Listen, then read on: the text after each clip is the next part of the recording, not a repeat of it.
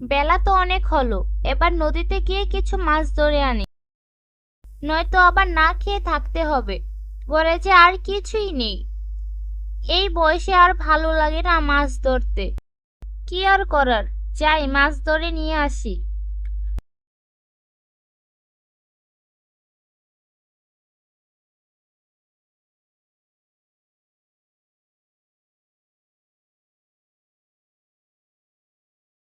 আল্লাহ, আজ যেন একটি বড় মাছ ধরতে পারি। এ কি, একটাও মাছ ওঠেনি। এবারও কোনো মাছ ওঠেনি।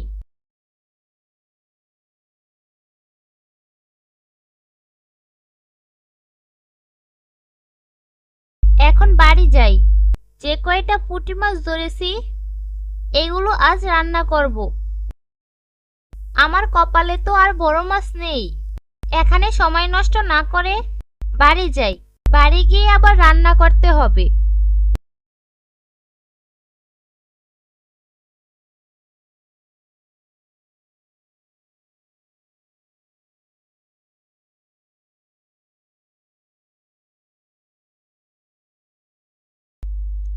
এ কি, হলুদ তো শেষ হয়ে গেছে, এবার রান্না করব কিভাবে? আমার কাছে তো টাকাও নেই যে কিনে আনবো। দেখি পাশের বাড়ি কেউ দেয় কিনা।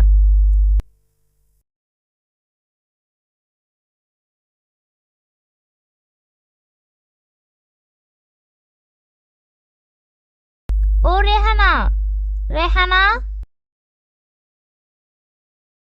কি হয়েছে? আমার রান্নার হলুদ শেষ হয়ে গেছে, আমাকে একটু হলুদ দিবে? না না, আমাদের হলুদ শেষ হয়ে গেছে।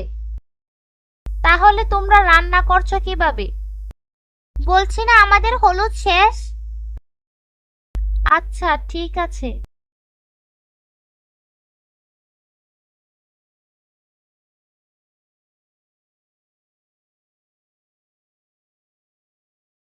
ফুলির মা, আমার রান্নার হলুদ শেষ হয়ে গেছে, একটু হলুদ দিবে?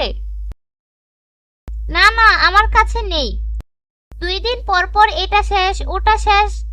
আমরা কি তোমার জন্য কিনে রেখেছি যে চাইবে দিয়ে দিব?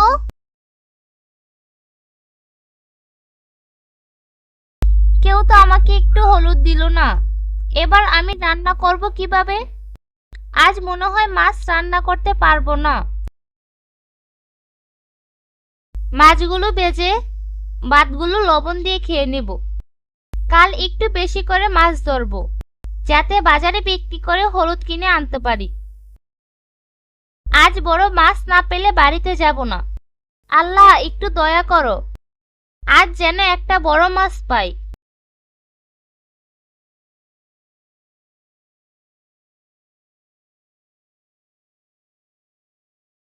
এ কি, বড় মাছ তো দূরের কথা, একটা পুঁটি মাছও পেলাম না।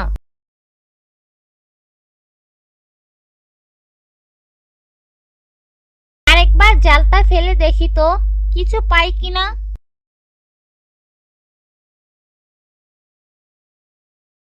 এ কি, জালটা এত ভারী কেন?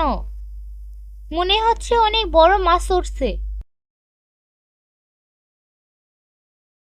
এ কি, এত বড় মাছ আমি তো কোনোদিনও দেখিনি। আল্লাহ, তুমি আমার দিকে মুখ তুলে তাকাইছো। এই মাছ আমি বাজারে বিক্রি করে আজ অনেক কিছু কিনে নিয়ে যাব।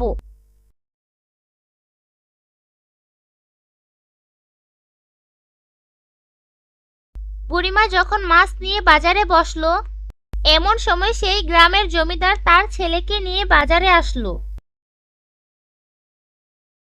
বাবা, ওই মাছটা কি বড়, আমি ওই মাছটা নেব। বুড়িমা, এই মাছটা কত টাকা? আমার ছেলে এই মাছটা অনেক পছন্দ করেছে। বাবা, তুমি যা দাও আমি তাতেই খুশি। এই নিন বুড়িমা, আমি 13,000 টাকা দিয়ে এই মাছটা কিনে নিলাম। আমার ছেলে যাতে এই মাছটা পছন্দ করেছে, তাই আমি এই মাছটা কিনে নিলাম।